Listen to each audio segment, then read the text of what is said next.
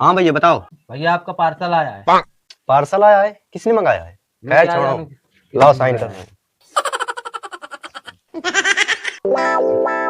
भैया thank you.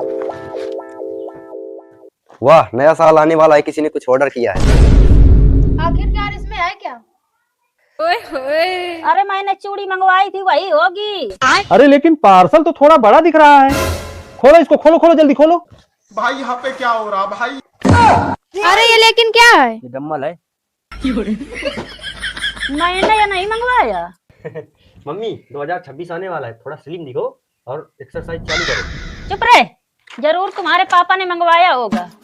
अरे मुझे डंबल की क्या जरूरत है, मेरा शरीर खुद डंबल उठा लेता है। मैं क्या करूंगा डंबल लेकर के।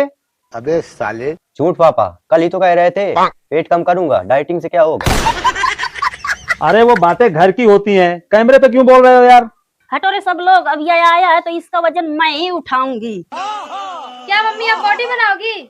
नहीं, बॉडी बनाऊंगी और सबको लाइन से लगाऊंगी।